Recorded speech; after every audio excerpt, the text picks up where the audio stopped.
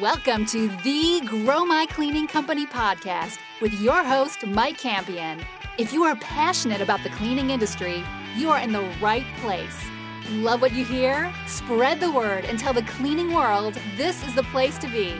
Want more? Check out www.growmycleaningcompany.com for free online video trainings, free ebook downloads, free blog posts, and of course, all the podcast episodes. Everything you need to grow your cleaning company is at www.growmycleaningcompany.com. And now, on with the show.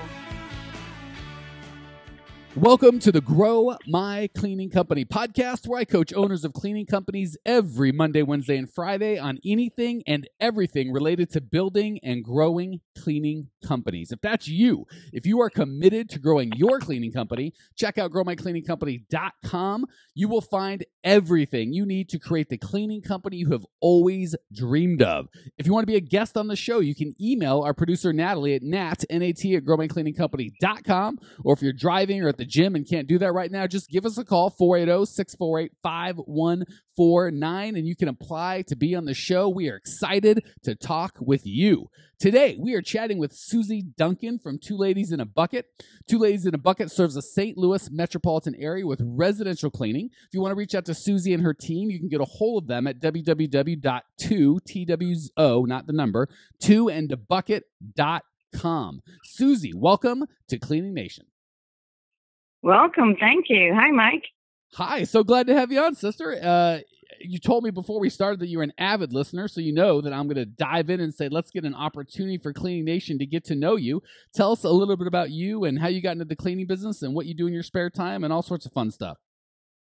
Awesome. Fantastic. Well, to start off, I am a mother of two young adults. I've been in the cleaning business for 12 years, but I need to correct that. I'm not in the cleaning business. I'm in the business of getting clients for my business. Sorry, you got me excited. I had to jump in. Also, let's see. Before I got into the cleaning business, I was a paralegal. Had dabbled in some other businesses that weren't really bringing in a income, and I found myself out of a job, and I needed to do something, and I started cleaning on my own, and within like 6 months, we were growing rapidly, and I think I had 2 teams running within 6 months. Love it. That is absolutely exciting. So how many employees are you running now? We have 12 now. Perfect. Fantastic. And all residential in St. Louis, correct? Yes, we do small businesses and some post-construction. Okay, cool. And then, so when you are not cleaning, what would we find you doing aside from chasing your two young adults? Very politically correct, by the way. Go ahead. Not cleaning, probably hanging out with friends, family, cooking. I enjoy cooking and reading, and just hanging out with family and friends, and going for long walks and that kind of stuff. All right. Well, since we're all family and friends here on Cleaning Nation, any of you guys in St. Louis, just call Susie and say, "Hey, I need a home cooked meal." And what I heard is she's going to hook you up. Is that did I miss something? Yeah. Yep. You sure did. Oh, you were too kind, sister. All right. Well, let's since you've been kind enough to put up with my nonsense, let's jump in and see if we can't help you with your business. What one thing would you like some help with today? And today I'd like some help with, how do I get that phone to ring? I made some changes in my marketing plan to where I stopped printing in newsprint, little ads that I was doing here in St. Louis, and concentrating more on social media. And I do see a flux and a turn. 2 things I'm doing. I'm trying to encourage our clients to post reviews on Google, Facebook, and Yelp, and some other sites, but those are kind of like the 3 big ones for us. I'm trying to improve our look on the social media, posting on Facebook, and I'm seeing a little bit, but not like I wanted. I'm kind of like, I'm getting nervous. Do I go back to newsprint? It was paying for itself. I just want to get that phone to ring. All right. Well, first of all, I love that you brought that up. Second of all, now you got me going. I'm fired up because this is something I love talking about. All right. First of all, you mentioned wanting to get reviews. If you haven't, not just you, Susie, but Cleaning Nation as well. If you haven't listened to the episode where I had, I forget the guy's name from So Tell Us, that's awesome. We dive deep. I haven't listened to it yet. Have you listened to that one or no? No, I haven't, but I will. Okay, yeah, I forget the guy's name. He was so cool, and he's going to kill me. But So Tell Us is the name of the company, and we dive deep into reviews and how to control them, and Yelp and the good and the bad. It's a solid, and it's a longer form than our regular deal. So if you haven't done that, and reviews are your thing, and they should be, check that thing out. Okay, so that's on the review side. Second, I get so many people, customers and podcast guests, and so many owners of cleaning companies that just have this. I feel like our society or all the computer nerds out there putting a tremendous amount of pressure on us as business owners, especially in our industry of owning cleaning companies. You got to be on social media. You got to be live streaming. You got to be tweeting. You got to be on Facebook. You got to be on LinkedIn. If you're not on Twitter, forget about it. You got to be digging. And there's just like 100 outlets. And as soon as one kind of goes down, another one comes up. And there's Periscope and there's Facebook Live and there's Facebook ads and Google ads. And it's insane. And we get caught up in this. We've got to be everywhere all the time, right? And what happens is we suck at all of them, right? Because we don't do a good job, or we throw a bunch of money at an agency, and sometimes it works and sometimes it doesn't. But we constantly walk around with a sense of guilt of, oh my God, I should be tweeting right now. I should be, I'm eating lunch and I haven't taken a picture of it and shared it with the world. I'm a terrible human being. So first and foremost, let me set you, Cleaning Nation, and you, Susie, a little free of, you don't have to do that. You don't have to do that. We don't have to do that? You don't have to do that. So please don't hear me wrong. I'm not saying Twitter has no value, Facebook has no value, LinkedIn has no value. Pick your social, Snapchat's the new big thing with the kid. I'm not saying they don't have any value.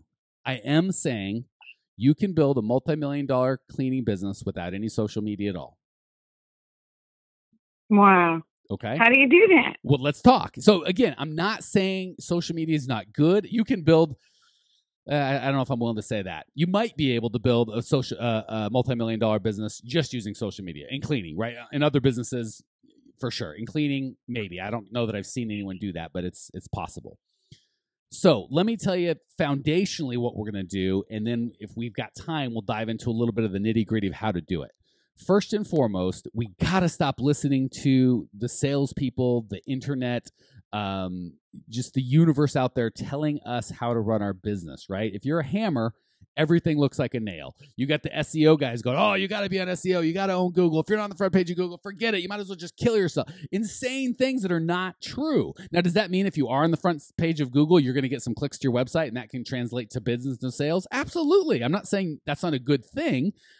But that's not how they present it. They present it as, if you're not on the front of Google, you're not even in business. You might as well just quit. If you don't have, if you're not tweeting 74 times a day and you don't have 10,000 followers, you're a terrible human being. That's not true. So where we need to start is always with our goals. What is it we're looking to do, right? So many people as business owners are just enslaved by that. And I think you kind of touched on it, Susie, with, I want to be in charge of my business, not have my business in charge of me. The first red flag that your business is in charge of you is when you've got that, I got to go. Like, I just got to get bigger. So when I coach people, the first thing I do, the first time I ever sit down with anybody, there's a lot of, where do you want to be? And they'll just be like, bigger, better. And then I go, why do you want to be there? Why? Just more money. I'll be happy. So first and foremost, you've got to be really clear on where exactly you want to be. Not general, like bigger. I'm going to be bigger. That's no good. Exactly where you want to be. And then it gets even harder when we drill down to, why is that important? Well, I'll make more money. Well, how much more money? Some people think, well, I'm doing $300,000 in revenue now. If I got to $1 million, then I'd be rich. Problem is, I coach the $1 million guys that are like, somehow I'm making less money for myself at $1 million than I was at 300,000. What's wrong? So first and foremost, you got to understand where you're trying to go. If you don't have that, nothing matters. Doesn't matter if you do Twitter. It doesn't matter. None of that crap matters because you don't know where you're going. So first and foremost, have that. We're going to assume you've got that, Susie. I'm not going to put you on the spot and have you share your goals with everybody in the limited time, but let's assume you know where you're going. The next piece is you've got to pick your battles. You've got to find out the best medium for you to hit your goals. That's Susie in St. Louis, serving residential cleaning companies. Ideally, you've got a niche, which is rich single lawyer men or families with kids at home or old retired couples or whatever your niche is. You've got a niche. That's who you're serving. And then you do the math of, well, for me to hit my goal in terms of revenue and profit, this is how many customers I need. So see how different that is from, I got to get more. I got to get more. What if you got to get you 10 more? Well, then I need 20. What if I get 20? Then I need 50. You got to get off of that and be like, how many customers do I need to hit my goal? And why is that goal important? So now instead of in that space of, I got to have more, just more, which now, because the answer to more is, well, then, yeah, you got to spend all the money on everything. You got to be everywhere all the time. And you'll never have enough time or money to do the things that you need to do to get quote unquote more, because it'll always be more. But when you say, I need to pick up 10 new customers a month and I'm going to lose 2 a month, so I need to pick up 12 to get a net gain of 10, that's a little different. Now, instead of having to be everywhere, you just have to say, well, what's the easiest way to get me those 10 new customers? And maybe it's social media, maybe it's Google online, maybe it's print advertising, maybe it's door-to-door, maybe it's There's a lot of options for you, but those options get narrowed down. You've got a really specific goal of, I want exactly this, not just more customers, but 12 a month, not just any 12, but households that have a home value of $250,000 to $500,000 in this zip code with a married family with 2 or more kids in the house and a pet. That kind of specificity. And you're saying, I just need to get 12 of those every month. And you're real specific. Now, and I know you're like, Mike, you're ranting and going insane. You haven't talked one thing about the thing I asked you about marketing. The reason is, I know, trust me, I do that, but I promise it's all going to come together. You're going to, oh my gosh, this is why I'm paying attention. So once we know what we want and our best client to get us there, right? Because instead of just going, I'll take anybody, right? I don't care if they're rich or poor, big house, little house, if they're cranky customers, nice customers, old, young, with kids, I don't care. If they've got $1, I'll take it. No, that's bad marketing. Doesn't matter. You can tweet all you want. If you don't know who your customers and how many you need, it's not going to help you. But once you're super clear on who that person is, and let's just pretend it's a married couple, the mom stays at home, there's 2 or more kids and a pet. You're probably going to know, well, in St. Louis, the mom makes a decision, not the dad, or not the mom, whatever. Let's say it's the mom in this case. Well, guess what? The mom hangs out in very, very different places than the dad does. If you want to get a hold of, let's say it's rich single lawyer who's got a nice bachelor pad and doesn't want to do anything, you're going to want to get a hold of him on LinkedIn, or you're going to want to get a hold of him perhaps through telemarketing or direct mail. But the messaging and the method are going to be very different than the mom who stays home with 2 kids. You're going to want to get a hold of her through mom's group, maybe on Facebook, probably on Pinterest, but you can't just do this. I'm going to be everywhere for all people with a bland message that we clean crap. It's so uncompelling. But when you can move into that, again, let's just use that single attorney who's got a bachelor pad that's really fancy and doesn't want to deal with it. When you can move into the space where he's not on Pinterest, I promise you, but you find out where he is he watching television or listening to radio, or does he go to events, or would you do a lunch and learn at his office with all the rest of his attorneys? All of a sudden you start knowing, okay, I don't need to be everywhere. I just need to be where this guy is. And more importantly, I need to have a message that he's interested in. The message of, hey, we do green and it's going to keep your family healthier, not appealing to this guy. A message of, give us a bunch of money, we're going to make you look important and feel important because you are important and your time's valuable and you shouldn't be dealing with this sort of nonsense, very compelling to him.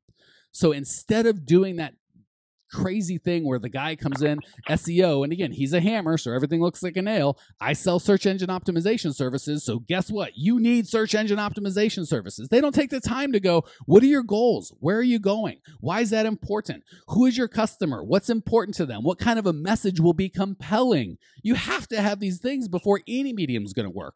So I would rather have you be off of all social media and onto the one place where your perfect customer is going to be with a perfect message than on everywhere with all social media with a boring message, because you can't be specific because you don't know who you're talking to. A message of, you give me money, we will clean things.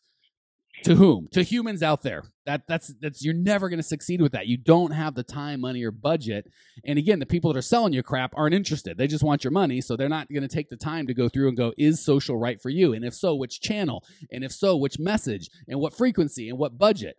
So, sorry, I told you you're going to get me on a rant, and God bless you, we ranted, sister. So I've gone a lot. Any questions you have on that massive stream of fire hydrant, drinking out of a fire hydrant I just gave you of words? So let's say the person that we're marketing to, our customer, is married, has a couple of kids and a pet, and I'm not on social media. How do you get word to them? Flyers, direct mailing?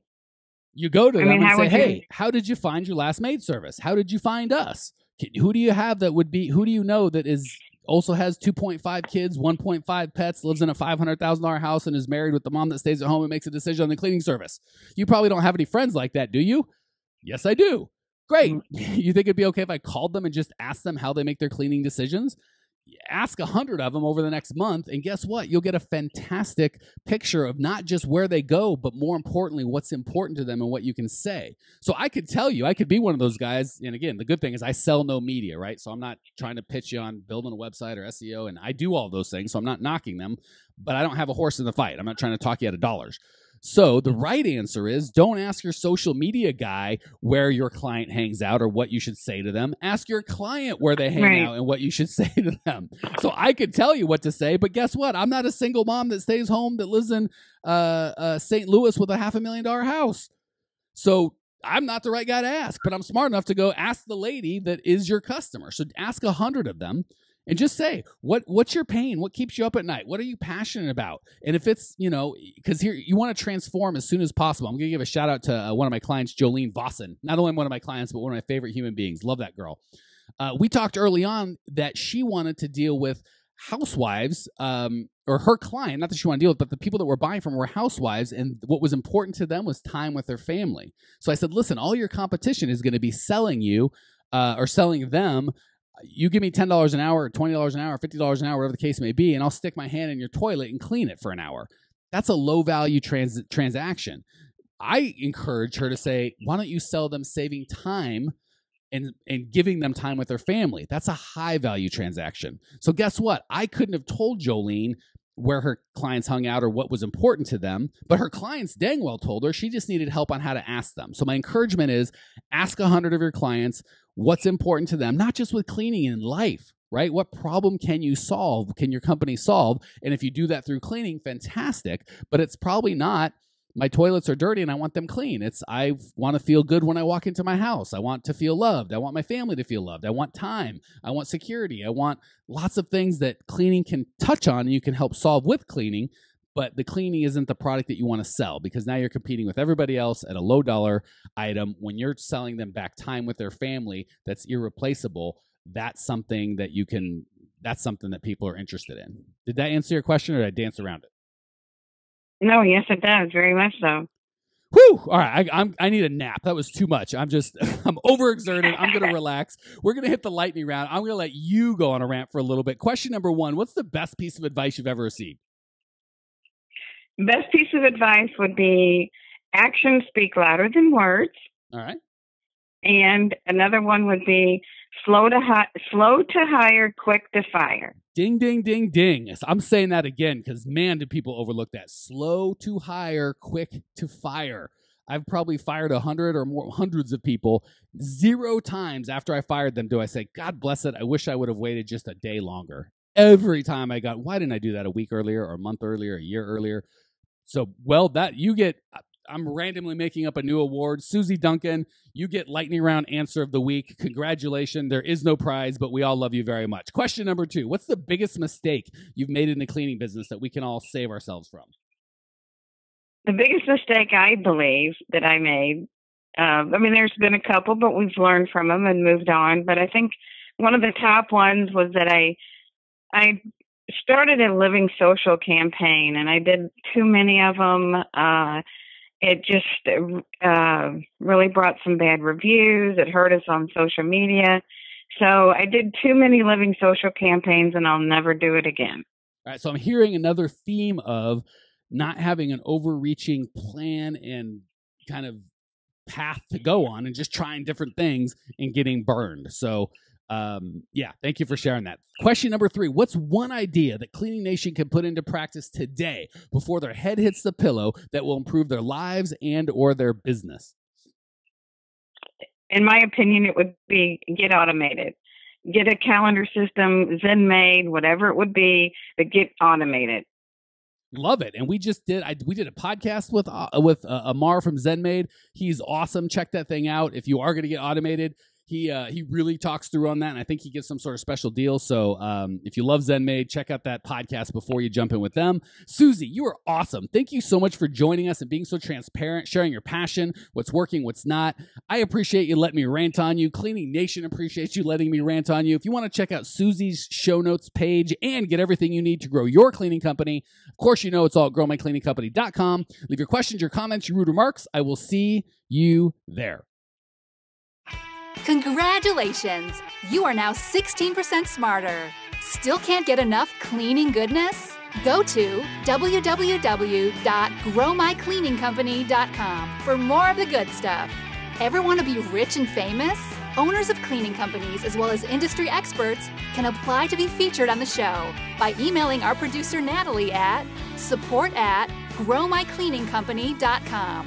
Until then, don't miss out on all the latest cleaning industry lovin' at www.growmycleaningcompany.com. Check it out now.